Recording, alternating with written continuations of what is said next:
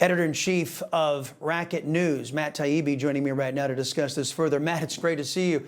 You become something of an authority on ferreting out and exposing wrongdoing and law-breaking by the federal government.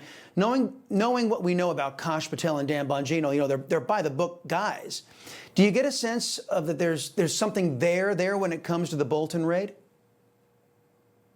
Well, what I was told this morning is that this is, at first I was told it was connected to issues about classified material in his book, The Room Where It Happened. But over the course of the day, the New York Post has reported, I also heard that it's connected to a larger investigation into classified leaking that extended into the Biden era. And this comes on the heels of a number of disclosures about other officials too this week, including James Comey and Adam Schiff and some other people on the Hill. So it's part of a larger sweep of people who are suspected of leaking during the Russia period. Yeah, I want to get more to that in a minute, but I don't want everybody to forget that John Bolton was really enthusiastic about the FBI's raid on Mar-a-Lago, a raid we now know was conducted to cover up for Joe Biden's over 4 decades of stealing classified information. Watch. I don't think he cared about the classification system. I don't think he appreciated the sensitivity of this information. He liked cool things. He saw things that so he wanted to take them, and he was pretty much able to take them, and not just on classified information matters, on all kinds of things that crossed his desk. Some days he liked to eat a lot of French fries. Some days he took classified documents. He wanted them. Why did he want them? Because he could get them. Maybe he's speaking from experience. Those who conducted and greenlit the Mar-a-Lago raid, Matt, in my view, need to be prosecuted to the fullest extent of the law. Do you think that we will see more raids like this one on Mr. Bolton in the weeks and months to come? That's what I've been led to believe. And I think the reason that you're seeing Bolton first in line, even though he may not be the primary target of these investigations, is that there's a statute of limitations issue. They can probably still prosecute for violations tied to the release of his book, but they only have about a month left. So that's why I think you're seeing this raid now, and it's the first of what I've been told is going to be many. Great point. Now, as I alluded to in the preamble, and you already alluded to, the Obamagate Russia collusion conspiracy, it's turning out to be a heck of a lot bigger than even I thought it was. Lie upon lie, illegal act upon illegal act to cover up for previous lies and illegal acts.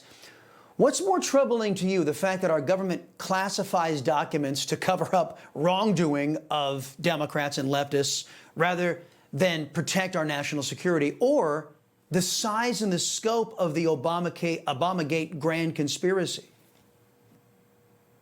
I think the scope of this scandal is unprecedented. I think it's one of the reasons why a lot of investigative reporters had a difficult time wrapping their heads around what happened, because of the sheer number of people who had to be involved to make this happen.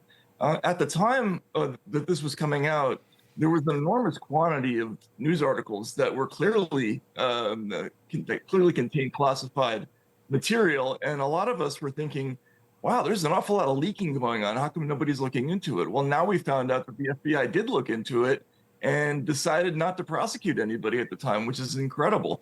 So there was an awful lot of this behavior going on, and it was throughout the government, in multiple agencies and on the Hill. Yeah, and well, given the character of the cats who were running FBI, I think we all know now why breaches of intelligence were not being investigated. As you might remember, conservatives and truth tellers, they were targeted using the full force of government by these totalitarians in government, some of them in the FBI.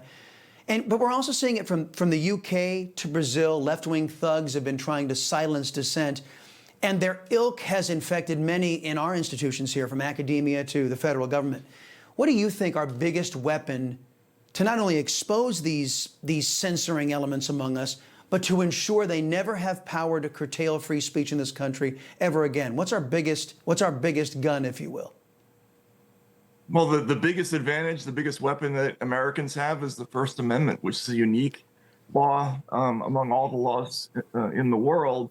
unlike the European or Canadian systems, the government doesn't sort of confer on us the right to speak. Our Constitution says, which is unique all over the planet, which means we don't have to get that power from the government. And so we have to protect that principle, which I think is under threat now, because there is a movement in academia and elsewhere to change the perception about speech in this country. No kidding. Matt Taibbi, thank you very much. Appreciate the reflection and the time. Very important news day. You know, folks, I thank God for my wonderful wife, my kids, my country, the greatest nation ever. And Americans like you who believe in the truth, the Chris Salcedo Show will never stop fighting for you. The Chris Salcedo Show, for the news you need to know.